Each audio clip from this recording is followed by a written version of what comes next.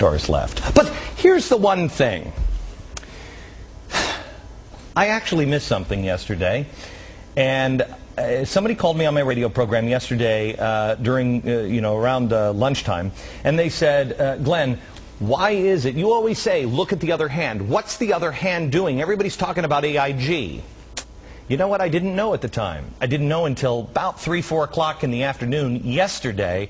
Then I figured it out. I've been telling you for weeks, don't be distracted by the big news of the day, because I think a lot of it is a smokescreen.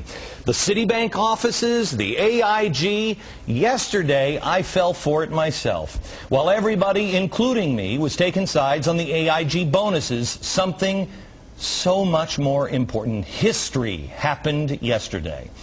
The Fed announced that it is going to pump $1 trillion into the system by buying debt from our Treasury. What does that mean? You know, I asked my producers today, I said, why is nobody covering this? And they said, Glenn, it's too complex. Nobody really understands this. It's hard to explain. Please, America, please stay with me on this. They have lowered interest rates as far as they can.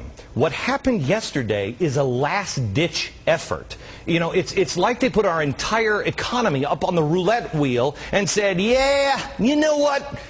Let's let her roll. Keep it on black, 17. To put this into perspective, think of America this way. She's like a sick patient, and she's got one of those nasty staph infections, you know, and the doctor's like, oh, we'll just give her a little penicillin and everything will clear up. And then they try something else, and pretty soon you're in the hospital.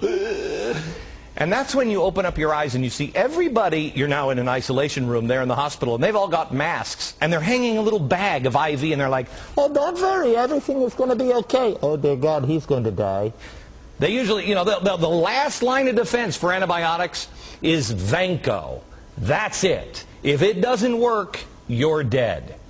Yesterday, about 3 o'clock Eastern, the last line of defense was hung over the patient called America. But we were all, including me, too focused on that AIG thing. Oh, that scandal. Here's what all of this means. What they did yesterday afternoon is they started borrowing money from ourselves to pay ourselves for programs we can't afford. You know, it's like I said, you know what, Glenn, I just would like $1,000 for M&Ms.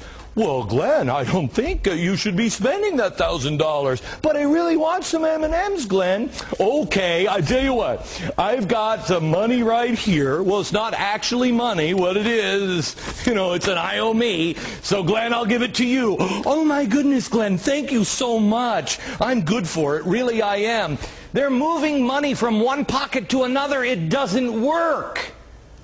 I'll show you why the situation is deathly serious in just a minute, but first I want to show you something over here. I asked the art department, and they are so good. I asked them to show how much is $1 trillion, because that's what we printed yesterday. $1 trillion. I think we have lost sight on how much $1 trillion is. So here's $100. We all know $100. There it is, $100 bill. Next, $10,000. What does that look like stacked up in $100 bills? There it is. Now $1 million stacked up in $100 bills. It would fit in a big suitcase. Now $100 million. I don't know why they insist on keeping me so fat, but there I am. Okay, so there's $100 million.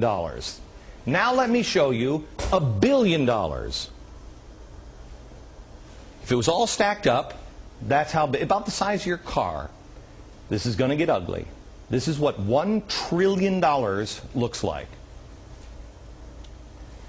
That's Fat Glenn right here. That's $1 trillion.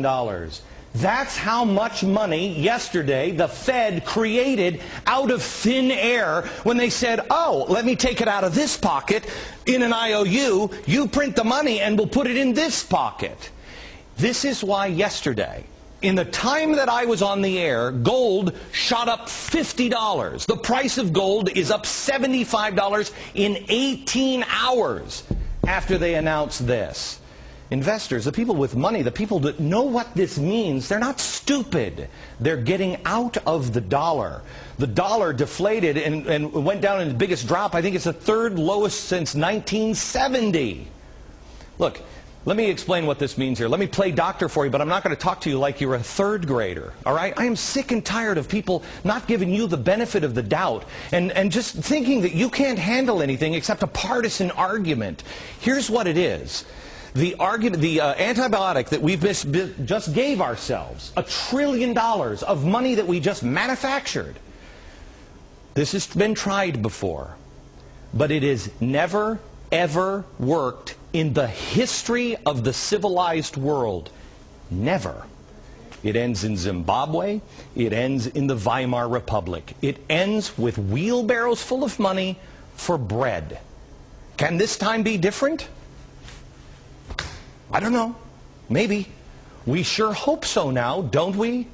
But we've got to have the guts to make some life-changing decisions here. We have got to have our government stop spending so much money. It is time, America, to you go up peacefully and surround the Capitol and say, hey, guys, stop spending money. You're destroying the value of our dollar. Unthinkable pain is coming in the short term, but I would much rather have that. I'd much rather have a depression than a depression and a complete collapse of our monetary system and our dollar. That's what's happening. We're printing dollars at an alarming